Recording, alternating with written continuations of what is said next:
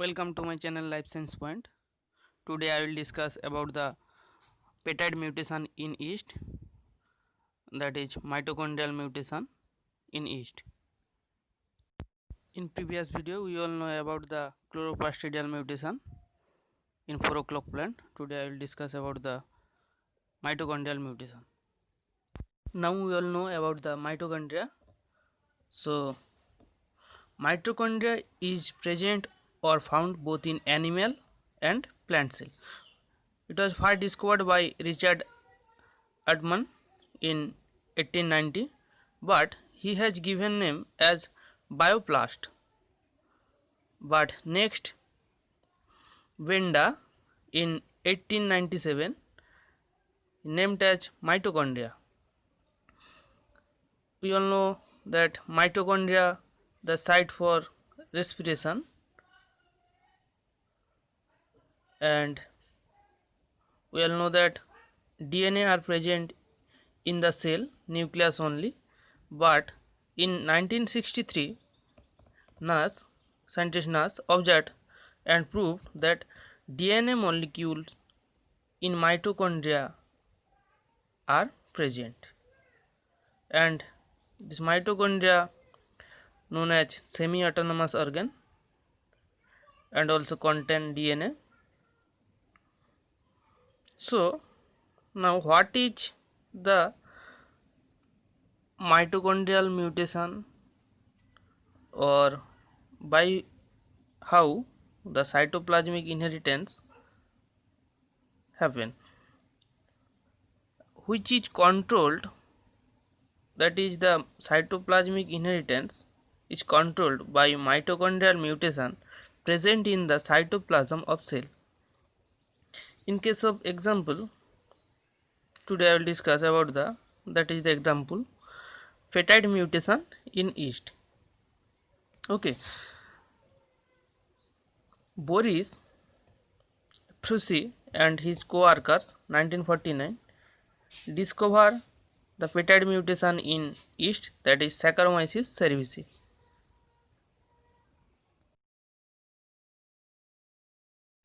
Now here the peptide mutation in yeast, the term peptide refers only to colony size, not the individual size. Okay, that's it is the main focusing point, that peptide refers to only the colony size, not the individual cell size. Okay, and peptide colonies are smaller than those of wild type colonies. That is the wild type colonies are the normal type, and the peptide colonies are smaller than the wild type or the normal type colonies. Okay, peptide type or peptide strain of yeast are having structurally abnormal mitochondria, that is they are not capable of oxidative phosphorylation, and also in the peptide type P plus factor is absent, and lack of respiration or absence of cytochrome A and B. Three types of mainly peptide according to their inheritance pattern. Firstly, segregational peptides,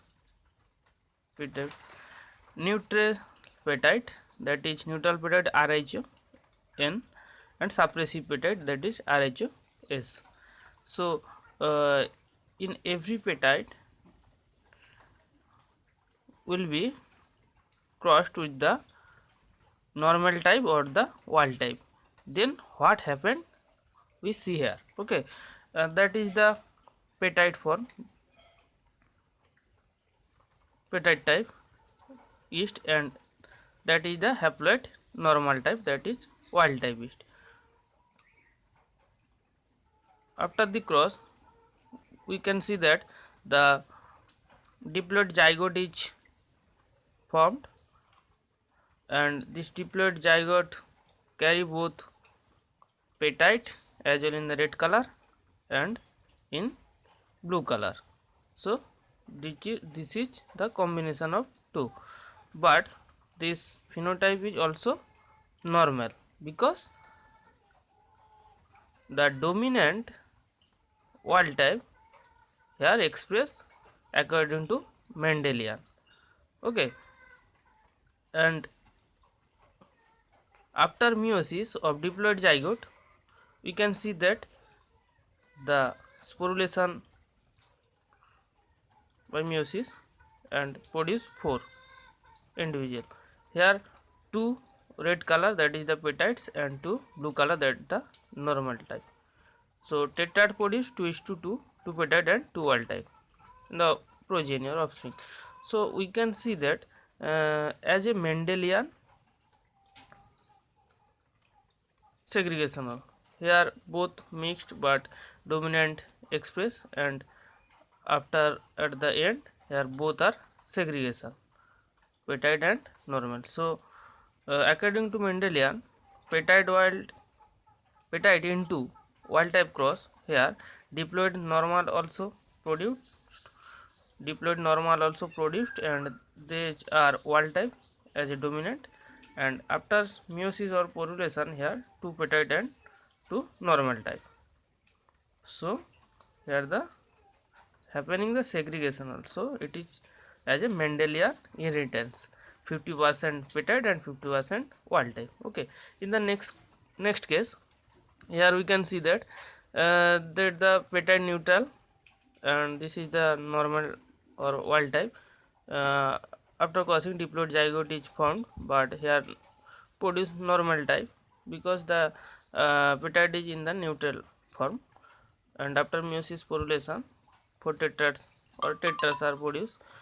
All are normal in the progeny because we can see that, or we also denote that these are the neutral petite, that's no effect on the progeny because this is the neutral type.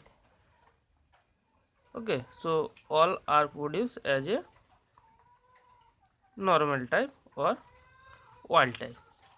So neutral type have no any expression ability. This is the non-Mendelian.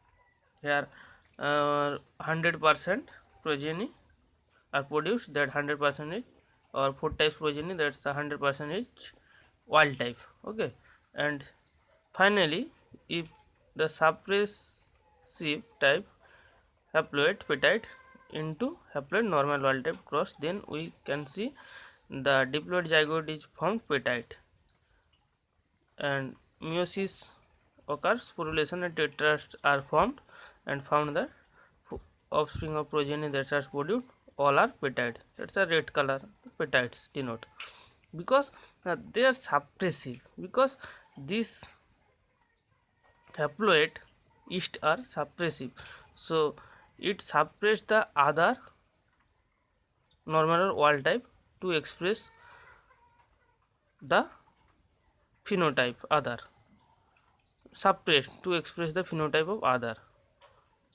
So always express only suppressive types petite expression. Okay, here all diploid zygote is petite, and after meiosis sporulation tetras red colors, that's are petite form because it is the suppressive petite. So that character not express, only it is expressed in the offspring because it suppressed to other expression. Okay, and here also 100% petite will be found as a ratio after the meiosis. Okay, so this is the mitochondrial inheritance, or that the mitochondrial mutation that is the present in the cytoplasm, so it is the cytoplasmic inheritance also. So by this process the mitochondrial mutation is happen in the petite form of each condition. Okay, so in this video we will know about the how in the 3 types of petite form when crossed with the haploid normal how the offspring or progeny are formed, and segregational neutral or suppressive types, how produce the progeny or offspring after the mitochondrial mutation. Okay, and that's the one picture of this as a result of peptide mutants process. Okay.